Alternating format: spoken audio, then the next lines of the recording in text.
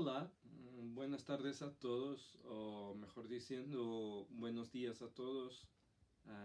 Es un día especial para mí poder estar aquí cerca de ustedes, mismo que a casi 9.000 kilómetros de distancia. Es un honor muy grande poder estar en este conversatorio organizado por mi maestro y amigo, don Ramón. Así que sean todos muy bienvenidos a esta mi casa aquí en Portugal. Am, y permítanme saludarles de forma muy sincera, de forma muy agradada, por si haberem acordado de mí para este conversatorio. Hoy vamos a hablar de una forma sencilla, vamos a hablar entre amigos, que en el fondo es esto que estos conversatorios son, una relación de amigos y un poquito también más que eso, una relación entre personas que son amantes de la historia, que son amantes del pasado, son amantes de la cultura, pero al mismo tiempo quieren que ese pasado, que esa cultura, que esa fuerza de las tradiciones pueda llevar adelante todo el pueblo maya, o mejor diciendo, todos los pueblos mayas, porque existen varios. Hoy vamos a hablar acerca de la escritura jeroglífica y cómo la escritura jeroglífica, en este caso la escritura jeroglífica maya, puede llevar a un futuro promisor dentro de las comunidades para una salvaguarda del patrimonio cultural del presente con vista en un futuro próspero y triunfante. Es algo que muchas de las veces es olvidado porque la historia está de una forma errónea, en mi opinión, conectado solamente con el pasado y con el presente. Yo creo que se tiene que mirar la historia como el vínculo para el futuro, el vínculo que nos liga a nosotros con las generaciones de nuestros hijos, de nuestros nietos y de nuestros bisnietos. Si no existe historia, si no existe la perpetuación de la memoria, el análisis interpretativa de la memoria, no puede existir una conciencia de quién somos, para dónde vamos, quién es el otro que está a par nuestro y quién es el otro que está fuera de nuestro territorio. La historia, más que nada, sirve para atestar que todos somos iguales, pero al mismo tiempo todos somos distintos. La cultura es, no fundo, lo que envuelve un cierto y determinado número de personas alrededor de una temática, de una identidad, de un costumbre, de una tradición. Aquí, en mi casa y en mi biblioteca, pues voy a intentar llevar por un mundo de inquietudes, de cuestiones, que me gustaría que cada uno de ustedes pudiese pensar a fondo. Sé que probablemente muchos de ustedes no son historiadores, tampoco arqueólogos o antropólogos. Son personas, mujeres, hombres, niños, ancianos, personas con mucho amor por vuestra cultura. Y eso es lo más importante para este conversatorio de hoy. Así que les invito a mirar un poco este aspecto que está relacionado con dónde se puede aprender escritura jeroglífica maya en Guatemala, de qué forma y cuáles son los modelos de enseñanza que existen. Vamos para el cuadro explicativo en relación a estos asuntos y volvemos un poquito más adelante para mostrar algunos ejemplos de algún tipo de libros o algún tipo de bibliografía que existe para que ustedes se puedan dar cuenta que depende de quién estamos enseñando, tendremos siempre que utilizar una tipología específica de manual escolar. La escritura jeroglífica es un mundo vivo aún, no es un mundo muerto ¿Cómo pasa, por ejemplo, con la escritura jeroglífica egipcia, la cual no tiene cualquier tipo de contacto con nuestros días? Ya la escritura jeroglífica maya persiste y está viva. Vamos a mirar eso un poquito más adelante, tanto a través de la mano de los varios artistas que aún hoy la moldan, la recrían, la usan, la utilizan para sus trabajos, pero al mismo tiempo para aquellos, tal como yo, historiador, que a través de la escritura jeroglífica entramos en esa máquina del tiempo hacia el pasado. Ya. Les presento a mi amigo Walter Paz. Walter, pues como muchos ciudadanos de Guatemala, ha decidido que estaba interesado en empezar a aprender acerca de la escritura jeroglífica. Pero Walter enfrentaba un problema que muchos enfrentan en Guatemala, que es dónde verdaderamente buscar información acerca de los jeroglíficos mayas. Pues en una entrevista que hizo a Walter, él me comentó lo siguiente. Pues en realidad desde niño me gustaba dibujar, y viendo imágenes mayas pues me llamaban mucho la atención. Aun sin saber a ciencia cierta, algo me decía que eso veía también. Lo pondría a hacer yo, pero aún desconocía que tenía una función como escritura. En 2008 y 2009 comencé a investigar sobre escritura leyendo manuales, documentos, etc. Buscando en internet me emocioné sabiendo que se podía escribir con glifos, pero tenía la dificultad que leyendo no era lo mismo que alguien te lo explicara. Este es uno de los aspectos más importantes. El hecho de la existencia de una variada bibliografía, pero la bibliografía en sí muchas de las veces no funciona para quien quiere aprender la epigrafía maya. Y no lo funciona porque existen muchas cuestiones que por norma el estudiante tiene que ver primeramente respondidas para después poder iniciar desde una forma más sencilla su aprendizaje de la epigrafía maya. Walter inicia entonces su búsqueda por una forma de aprender con ayuda de alguien la epigrafía maya. En esa medida, Walter podría haber optado por varias alternativas. Lo que vamos a ver enseguida son las varias opciones que existen en este momento en Guatemala para quien desea aprender la epigrafía maya. El primer modelo es el modelo académico y está vocacionado para las personas que están estudiando en la carrera de arqueología. En este modelo, la enseñanza de la epigrafía es regulada por los parámetros internacionales. Esto significa que cualquier alumno de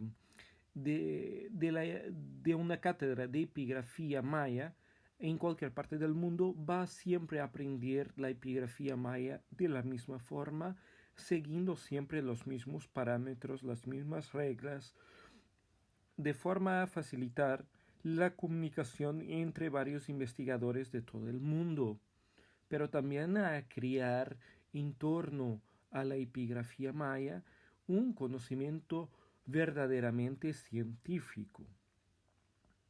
El modelo académico también presenta un abordaje con una fuerte componente teórica, una vez que es necesario complementar todos los enseñamientos con variadas lecturas teóricas que ayuden en la comprensión de la historia de la evolución del desciframiento de la escritura jeroglífica maya, así como comprender cómo desde el punto de vista de la lingüística se fueron desarrollando nuevos caminos. Y claro, por otro lado, está la necesidad de un acompañamiento siempre de forma que el estudiante de una carrera de arqueología donde existe la cátedra de epigrafía maya no se quede para atrás en términos de actualización de conocimientos. Y claro, está también este modelo dirigido a una población estudiantil con conocimiento alargado y especializado en arqueología.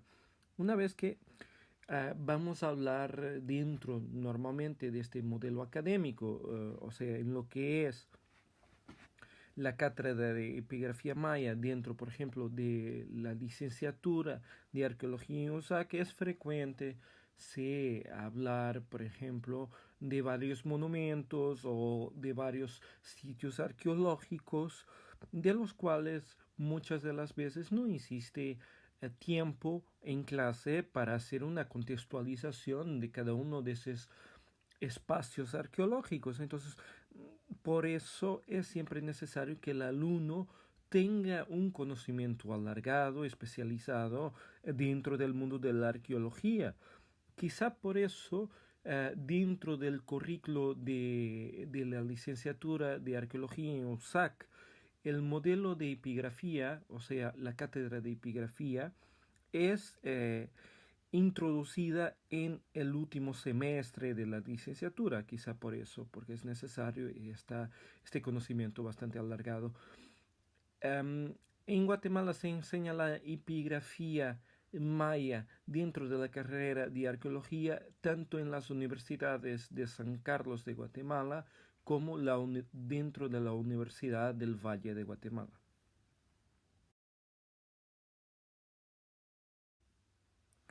Un otro modelo que existe en Guatemala es el modelo semiacadémico. Este modelo semiacadémico no tiene un carácter obligatorio. Esto significa que cualquier persona puede hacerlo sin ser obligado o sin estar asociado a ningún tipo de carrera académica. Puede ser aplicado en cualquier espacio físico de Guatemala, inclusivamente en las universidades. O sea, esta tipología de enseñanza es algo que parte del sector privado, que parte muchas de las veces de algunas asociaciones o de personas a nivel individual que tienen el conocimiento y desean hacer un taller acerca de epigrafía maya y entonces piden un espacio para albergar este tipo de taller. Muchas de las veces los espacios más sencillos para conseguir para la realización de este tipo de actividades muchas de las veces son entonces las universidades. Es frecuente encontrar este tipo de talleres, por ejemplo, en universidades como la Universidad Francisco Marroquín. Y en este ámbito sería más sediado en el Museo Popol Vuh de la Universidad Francisco Marroquín, pero existen casos en el pasado de este tipo de actividades organizadas también en la USAC. Este tipo de modelo semiacadémico es un modelo personalizado a una realidad urbana, pero también por veces se personaliza a una realidad rural. ¿Qué significa esto? Que en gran medida estos talleres van cambiando su formato o su contenido conforme son efectuados o en el mundo de las ciudades o en el mundo de las comunidades, en el mundo más rural de las aldeas. Esto está relacionado con aspectos que tienen que ver con la tecnología, por ejemplo, la existencia o no de un proyector, la existencia o no de internet o la existencia o no de computadoras, por ejemplo. Todo eso va a contribuir para la decisión final de qué tipología de materiales deben ser utilizados o qué tipología de clase debe ser montada en un taller que es efectuado o en la ciudad o en el campo. el modelo semiacadémico también mezcla un poco de la epigrafía más tradicional con un discurso más accesible a todas las poblaciones.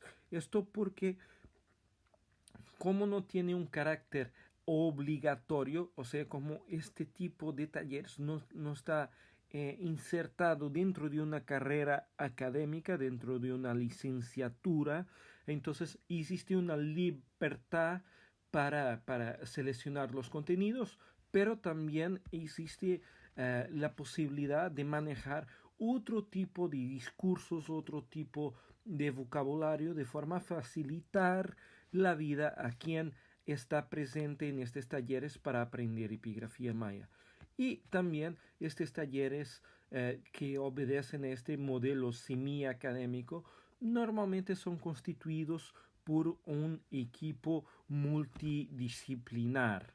Eso es algo que es bastante frecuente.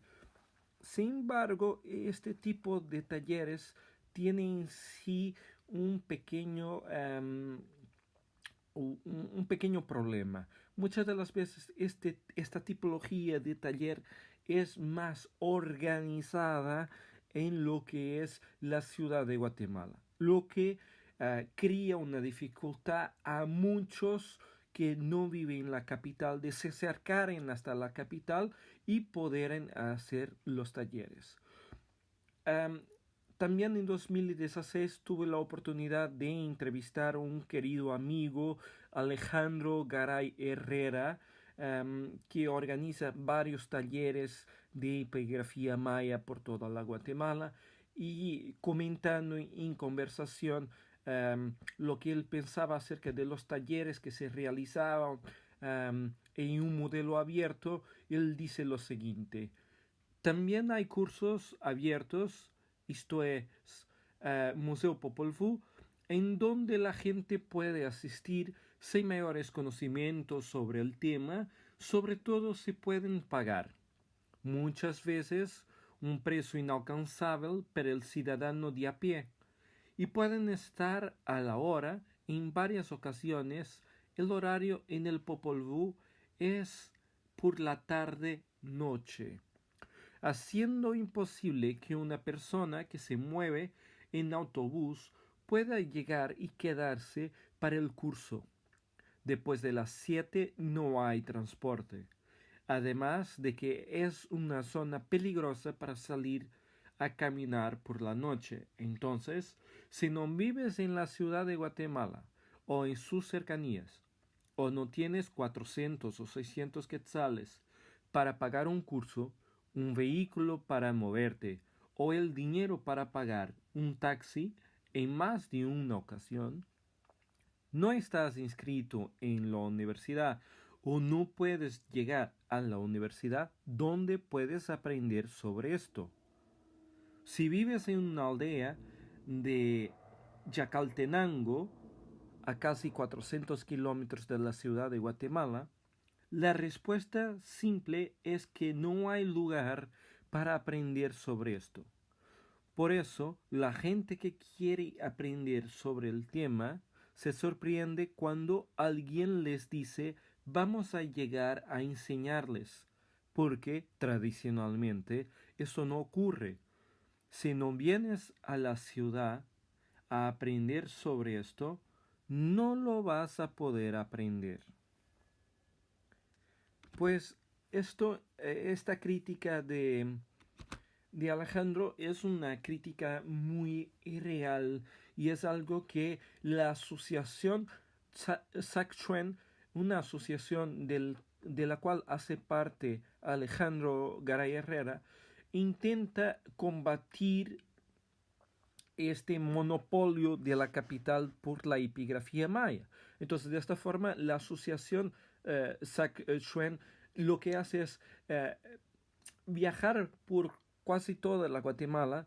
Creo que ya han estado en casi todos los departamentos de Guatemala, y intentan organizar actividades dentro del modelo de enseñanza semiacadémico que ya verificamos hace un rato, Y dentro de ese modelo, pues intenta llegar a la población más rural, creando pues contenidos más apelativos a la gente que meramente quiere aprender jeroglíficos por un gusto personal más do que una obligación académica o profesional.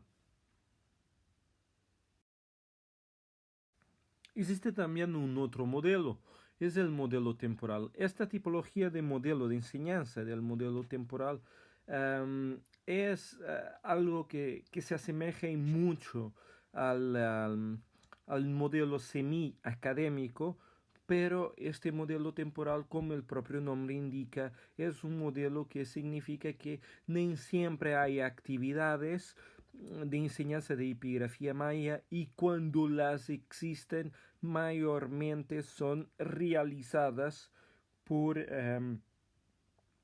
por asociaciones o por instituciones tanto nacionales como internacionales, pero que en su gran mayoría invitan a extranjeros, invitan a personas de fuera de Guatemala para venir a dar esos talleres de epigrafía maya, sobre todo con el gran objetivo de traer con esas personas también turistas al país para aprender en Guatemala la epigrafía maya dada por investigadores o por científicos académicos extranjeros en la mayoría de los casos. Claro que estos talleres siempre están abiertos a las personas que quieran llegar, pero que no sean extranjeros, pero en algunos casos los talleres son dados en idiomas extranjeros y en otros casos tiene un valor, tiene un costo que puede llegar a ser bastante elevado. Uno de los modelos más interesantes que existen de aprendizaje de la epigrafía maya en Guatemala es el modelo Artsibab. Este tipo de modelo está desarrollado sobre todo para el público maya. Concilia los conocimientos ancestrales mayas con el enseño de la escritura jeroglífica, reduciendo el número de alumnos por cada grupo de enseño, de forma que el maestro pueda dar el máximo de atención a sus alumnos y que de esta forma los alumnos se sientan más acompañados en toda la clase. Este modelo también mezcla varios conocimientos mayas, desde la música hasta la filosofía. Todos estos conocimientos siempre están englobados dentro de lo que es el mundo de la enseñanza de la escritura jeroglífica maya. Así, se pretende como que acercarse a un modelo de enseñanza que fuese un modelo de enseñanza más próximo al modelo de enseñanza antiguo antes de la llegada de los españoles y de los europeos. La enseñanza de este modelo, en lo que se refiere a la enseñanza de la escritura jeroglífica, es solamente más un factor de búsqueda de una identidad maya. O sea, se trata de de un llamamiento para una unión maya que se inicia debajo de lo que es la curiosidad por aprender la escritura jeroglífica maya, pero luego por el convivio en las clases se transforma en un auténtico movimiento de defensa de la identidad maya. Claro que este modelo no está dependiente, como los anteriores modelos, de apoyos económicos para funcionar. O sea, este tipo de modelo necesita solamente de lo que es la disposición, la apertura, la disponibilidad de tiempo por parte de un maestro y por parte de los alumnos. Es aún un modelo de los más productivos a largo plazo, una vez que además de transmitir el conocimiento, como ya miramos anteriormente, fortalece el aspecto de la identidad maya y del desarrollo de una red de contactos entre varios mayas. Eso es siempre algo muy importante. Y claro, puede tener una relación de complicidad con el modelo temporal, una vez que muchas de las veces existen asociaciones que tienen un interés claro de apoyar este tipo de talleres hecho por mayas para otros mayas. Hay algunas asociaciones que consiguen lograr encontrar algunos aportes económicos para este tipo de actividades.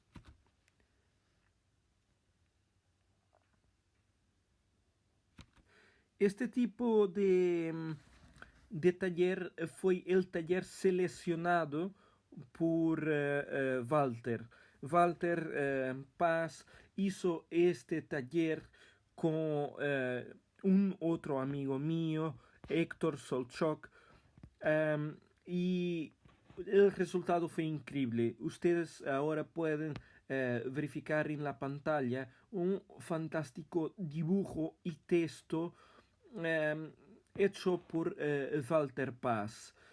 Claro, siempre revisado en términos de su contenido epigráfico por Héctor Solchok,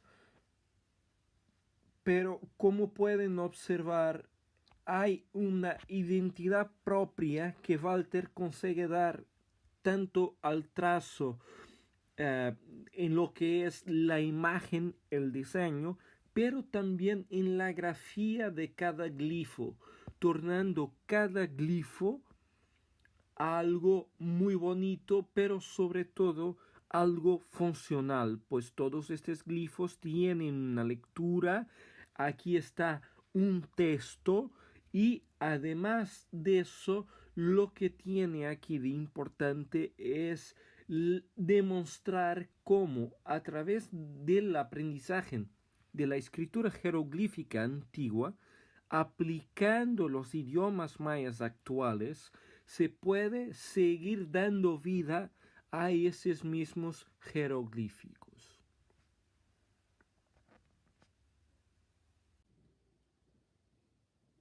Una de las principales preguntas que nos tenemos que hacer es ¿cómo se puede llevar la escritura jeroglífica maya hasta otras partes de Guatemala que no son las donde siempre existe una oferta? Como es el caso, por ejemplo, de la capital de Guatemala, la ciudad de Guatemala, o entonces los grandes departamentos como Quetzaltenango o como la cuestión de las altas Verapaces. Bien, existe una posibilidad. Es una propuesta, esta propuesta fue presentada inicialmente por mi persona en 2016 en el Simposio de Arqueología de Guatemala, en la cual planteaba diversas soluciones para llevar la escritura jeroglífica a otras partes de Guatemala. Y en base en esa propuesta estaba la idea que, por ejemplo, los estudiantes de arqueología, que no sé si ustedes saben, pero la clase de epigrafía es obligatoria dentro de aquello que es la licenciatura de arqueología. Entonces, los estudiantes de arqueología, al invés de tener que hacer una tesis de final de licenciatura, podrían optar, esa es la propuesta, podrían optar por un trabajo comunitario. ¿Qué trabajo comunitario sería este? Sería en el fondo ir hasta las comunidades mayas, enseñaren de forma completamente gratuita la escrita jeroglífica maya y hacer producirse un relatorio, un informe por parte de los estudiantes describiendo cuáles fueron los materiales utilizados, la metodología, todos esos aspectos. Ya después 6 meses después tendrían que volver o tendría que alguien de la escuela de historia de USAC, por ejemplo, se deslocar hasta las comunidades que fueron intervenidas por el estudiante para verdaderamente en el campo se descubrir, se notar cuál fue el impacto verdadero que ese estudiante ha tenido. Porque era necesario y es necesario este trabajo de vistoría para que no exista cualquier tipo de corrupción o de mentira. Para que los alumnos que quieran concluir su licenciatura a través de este modelo van seriamente a las comunidades y que no engañen los locales, que verdaderamente sean capaces de distribuir correctamente el conocimiento, dar las herramientas. Es algo que no pasa de una propuesta en este momento. Quién sabe si en un futuro podrá funcionar o no. Depende de todos, pero lo importante es que existe esta posibilidad de llevar verdaderamente el conocimiento a otras partes de Guatemala de una forma cuidada, de una forma rigurosa, de una forma científica, sin caer en una problemática que se verifica, por ejemplo, con los idiomas mayas que hoy en día están siendo enseñados en varias escuelas de Guatemala. ¿Esto por qué? Porque hay muchos profesores que no tienen una capacitación adecuada para enseñar un idioma maya. Lo que va a hacer es que van a enseñar incorrectamente ese idioma. Al enseñar ese idioma de forma incorrecta, quien aprende va a crear conceptos y formas de hablar que están totalmente errados.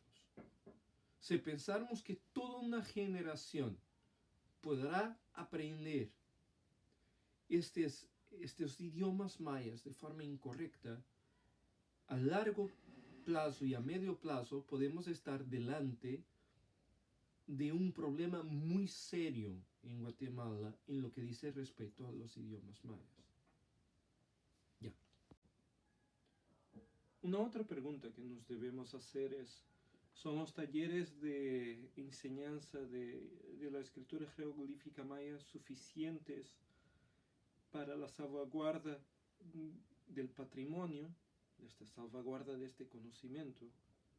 La respuesta es ambigua. Por un lado sí, por otro lado no. En primer lugar, es importante que los talleres sean una plusvalía, algo importante, algo que agregue información, pero también que sean dados por personas capaces. Y dentro de este aspecto de ser incapaces, de ser personas formadas, entra un otro aspecto que es un aspecto delicado, que tiene que ver con los idiomas mayas. Esto porque no se puede admitir que muchos de los maístas hoy en día que trabajan, estudian la civilización maya, no sean capaces de hablar ni siquiera un idioma maya.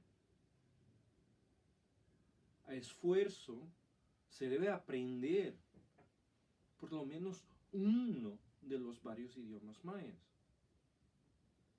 Si posible, más que uno. Quien estudia la civilización maya debe aprender estos idiomas para comunicarse en la primera persona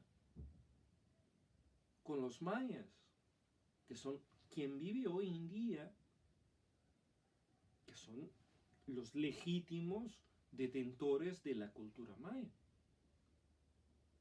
Si yo pongo en esta conversación un tercer elemento, ese tercer elemento que está ahí para traducir puede hacer su trabajo de la mejor forma, pero yo el investigador no va a sentir cada palabra maya de la forma que esa palabra maya vive. O sea, yo no voy a sentir el alma de la palabra. Yo no voy a sentir las emociones de la palabra. Yo no voy a conseguir comprender el contexto histórico, el contexto cultural de esos conceptos. No entendiendo esta parte conceptual de las palabras, yo voy a omitir lo que es una gran parte del mundo maya. Y esa grande parte del mundo maya está y reside en las palabras. Por otro lado, hay otro aspecto también importante. Solo se puede salvaguardar el patrimonio, en este caso el patrimonio inmaterial, el patrimonio que no es táctil. Este patrimonio es que un patrimonio lingüístico solo puede sobrevivir y solo lo podemos cuidar si tenemos total respeto por él. Al no aprendernos, al no hacernos un esfuerzo para aprender los idiomas mayas, no estamos teniendo respeto por esta cultura, ni por estos conocimientos. Hay un otro aspecto que es extremadamente importante, que es el respeto que la comunidad sentirá por el investigador que se esfuerza por aprender los idiomas mayas. Cabe a los investigadores crear un vínculo de confianza, demostrar en que están ahí para hacer un esfuerzo, para se acercar verdaderamente. Y ese acercamiento debe ser un acercamiento honesto, debe ser un acercamiento humilde, debe ser un acercamiento que haga con que la comunidad sienta que la persona que tiene por delante no está ahí para se aprovechar, no está ahí para sacar recursos, no está ahí para llevar en su totalidad el conocimiento para otras partes. No. Eso no es el verdadero investigador. El verdadero investigador solamente podrá salvar el patrimonio salvando las personas para quien el patrimonio es importante. Y en su mayoría, esas personas no son los extranjeros, pero sí vosotros que están ahí, ustedes que están ahí a escucharme en este momento, ustedes, los mayas. Sin ustedes no hace sentido nuestro trabajo como investigadores. Mi trabajo como historiador no puede ser un trabajo egocéntrico, no puede ser un trabajo de ego intelectual propio. No. El día en que el historiador pretenda hacer la investigación para sí mismo, ese historiador está condenado al fracaso. Ya está. Esto nos lleva a otra cuestión que me parece también bastante pertinente de ser debatida. Y tiene que ver qué pasará entonces si este modelo que hablaba hace un momento, este modelo de traer los alumnos de arqueología e enseñar epigrafía maya en las comunidades, qué hacer después del conocimiento transmitido. Bien, es una cuestión extremadamente importante. Primeramente, no creo que ese trabajo del estudiante debe ser hecho de forma aislada. No. Creo que el estudiante que se dirija a una comunidad maya para hacer su trabajo de final de licenciatura debería además de formar toda la comunidad, o una gran parte de la comunidad, debería tener alguien dentro de la comunidad que trabajase de cerca con él. Se quieren de alguna forma rescatar una figura que existía antes, que sería la figura del escribano, del escriba.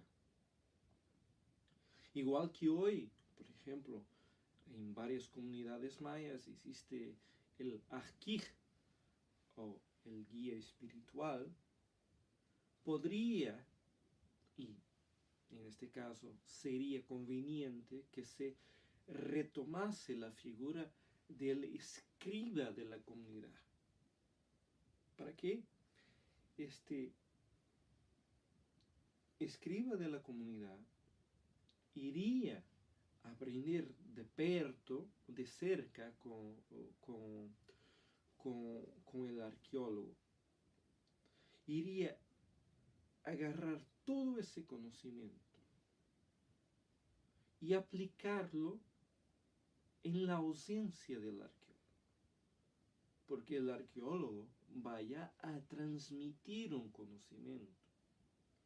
Pero es la figura de este escriba, que es un escriba, que es alguien de la comunidad. Esta figura sería responsable por transmitir generación tras generación dentro de la comunidad los enseñamientos efectuados en el pasado por el alumno de arqueología, por el futuro arqueólogo. A la medida que los años van pasando y que este conocimiento que está en las manos ahora, sí, del escribano, el escriba de la comunidad, pasa a ser fundamental asociar a este conocimiento otros conocimientos. Entonces, hay un aspecto donde la escritura jeroglífica puede tener un beneficio tremendo para el futuro. ¿Por qué? Porque se puede codificar, se puede colocar información de nuevo en códices, imitando así una vieja tradición maya que existía antes de los tiempos de la llegada de los españoles y de los europeos. Las comunidades mayas, teniendo y volviendo a la escritura de estos códices, estaban también ellas retomando su esencia comunitaria, su esencia de un conocimiento que es transmitido generación tras generación, no solo por la tradición oral, pero también por su componente escrita. Y más importante que eso, por su componente escrita no colonial, pero sí su componente de escrita originaria. Imaginemos este caso. En la comunidad de Tucurú existe un escriba que empieza a escribir el códice de la comunidad y lo hace a través de un idioma maya. No importa si es Pocomam, si es Poconchi, si es Quechí. Vamos a pensar en un idioma maya. ¿Por qué? Porque el sistema de escritura jeroglífica maya permite y fue inventado para escribir idiomas mayas. Entonces cualquier idioma maya es colocado sin cualquier tipo de problema dentro del sistema de escritura jeroglífica maya. Entonces, este escriba va a hacer el códice. Así, el códice tiene, en primer lugar, el sistema de escritura maya originario, o sea, la escritura jeroglífica maya. En segundo lugar, contiene los sonidos del idioma que el escribano juntamente con la comunidad han decidido. Imaginemos para este caso el quechua. Después de eso, la información que el códice va a contener probablemente va a contener las historias de las familias locales de Tucurú, por ejemplo. Pero también puede contener todos los mitos, todas las historias de tradición oral, así como recetas gastronómicas, por ejemplo, o eventos importantes de un pasado, consejos para el futuro. No importa lo que contiene, importa la fuerza de las palabras, importa el espíritu de la comunidad en torno a algo que es unificador, que es un caso de un códice comunitario. Al mismo tiempo, hará otra cosa. Hará con que la comunidad vuelva a sentirse como un todo y sea capaz de reproducir libremente dentro de un sistema totalmente originario lo que es su espíritu, lo que es sus conocimientos. Al ser esto, va a utilizar metáforas, va a utilizar su filosofía, va a utilizar su visión del mundo. Y será más cercano a una visión originaria y más lejano de una visión occidental colonizadora. 20 años pasados, llegará probablemente un arqueólogo pidiendo permiso para consultar vuestros códices. Ahí cabe a ustedes dar permiso o negar ese permiso. En el caso de vuestra amabilidad y de permitir que el arqueólogo o el historiador pueda consultar vuestros códices, para nosotros investigadores podría ser de gran cualidad vuestro trabajo. Podrá ser muy valioso vuestro trabajo, porque si hay un problema que nosotros tenemos hoy en día con el mundo de la epigrafía, es que somos capaces de leer mucho. Leemos muchos textos. Pero hay todo un discurso que por veces se nos torna difícil de comprender. ¿Por qué? Porque nosotros los occidentales no hablamos de esta forma. Tal como prometí, aquí estoy para mirarnos un poquito la cuestión de los libros. Una de las principales problemáticas para quien quiere empezar a estudiar la escritura jeroglífica maya es saber por dónde comenzar, qué libros usar. La mayoría de las personas que no viven en Guatemala y que nunca han tenido contacto con un idioma maya tienen un poco más de dificultad en el momento de iniciar en sus estudios en relación a la epigrafía maya. Muchas de las veces porque existe la falsa idea que los mayas no existen hoy en día. Esa idea fue propagada por, infelizmente, muchos historiadores que con la creación de términos como colapso crearon ¿cómo decirlo? Una falsa, una falsa imagen de una decadencia que es también una decadencia humana, una ruptura humana demográfica que tiene que ver con la no continuación de la civilización maya. Felizmente, la gran mayoría de nosotros historiadores, antropólogos, arqueólogos, historiadores de arte, sabemos y siempre que posible manifestamos que los mayas siguen vivos. Y ahí están ustedes, la prueba viva, que siguen vivos y que siguen con todas las ganas de luchar por lo que es vuestro, por vuestra identidad, por vuestras costumbres, por vuestro futuro.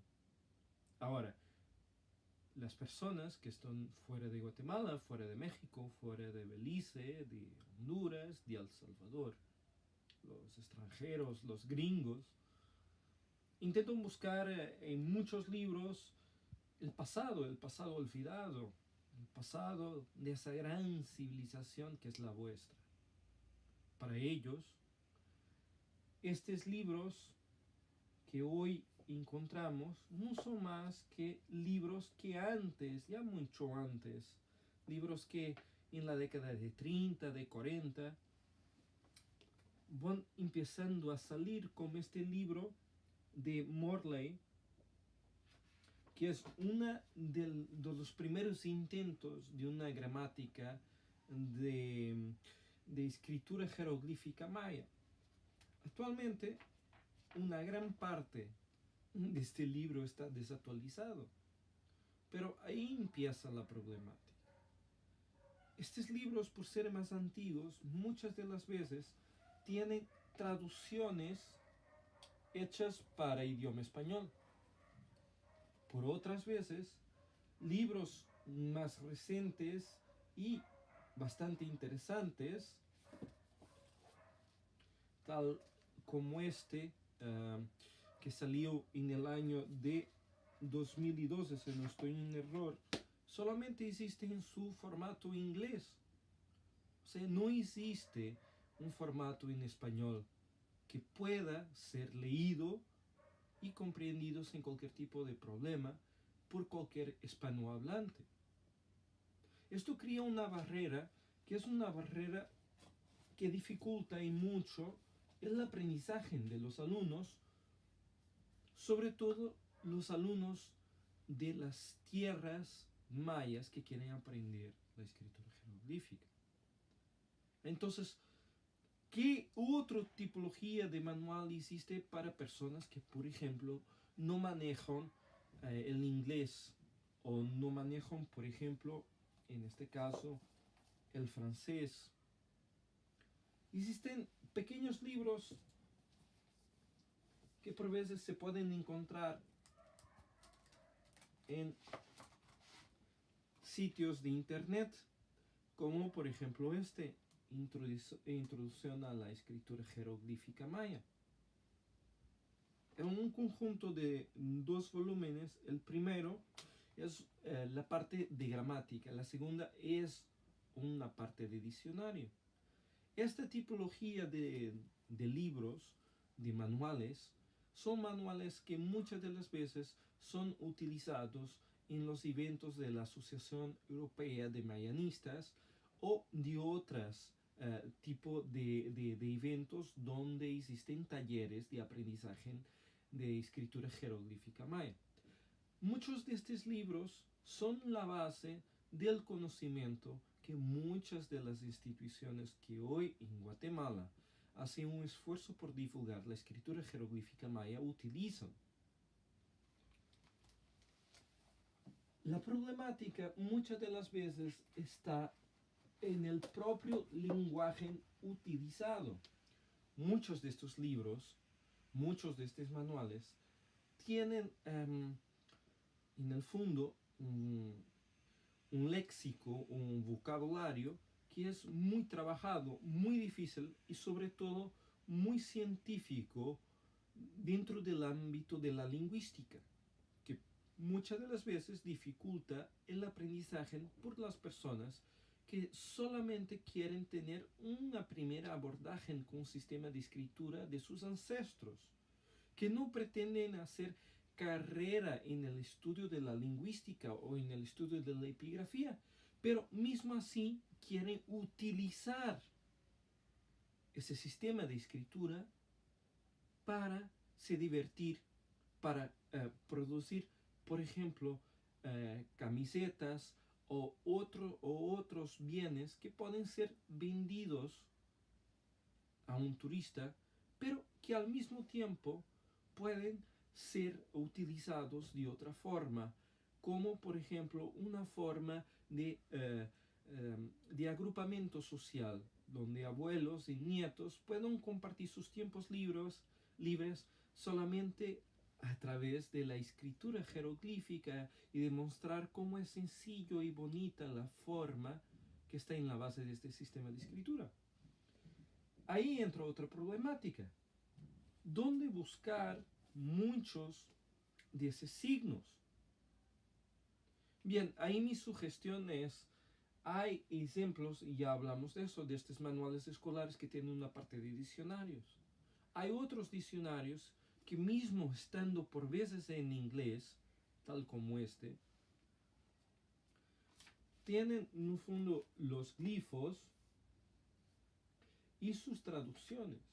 Es una forma muy sencilla de alguien que meramente quiere tener una relación visual solamente con los glifos y aprender determinadas palabras. Es una forma más accesible de lo hacer. Pero atención, cuando se entra en ese campo, hay que percatarse que la escritura jeroglífica maya se desarrolló a lo largo de los siglos y por varias manos, no solamente por la mano de un solo escriba. Cada persona tiene su propia letra, tiene su propio estilo.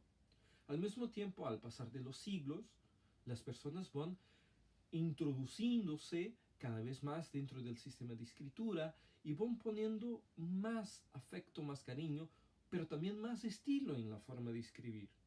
De esa forma, por ejemplo, en los periodos del posclásico, aquí es necesario hacer una pequeña pausa. Lo que es el periodo del posclásico, contamos después del siglo X después de Cristo. O sea, de 900 después de Cristo hasta la llegada de los españoles, a ese periodo se menciona como periodo posclásico. En ese periodo, por ejemplo, fue un periodo donde se han efectuado los códices. Y en relación a los códices, la tipología de escritura de los jeroglíficos cambia un poquito.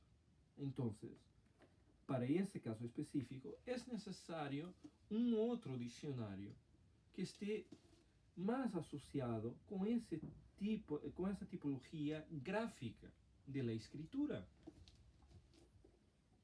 Muchas de las veces, quien está aprendiendo la escritura jeroglífica maya se olvida que aún hoy se utiliza la escritura jeroglífica maya. Muchos de ustedes están se preguntando, ¿pero dónde?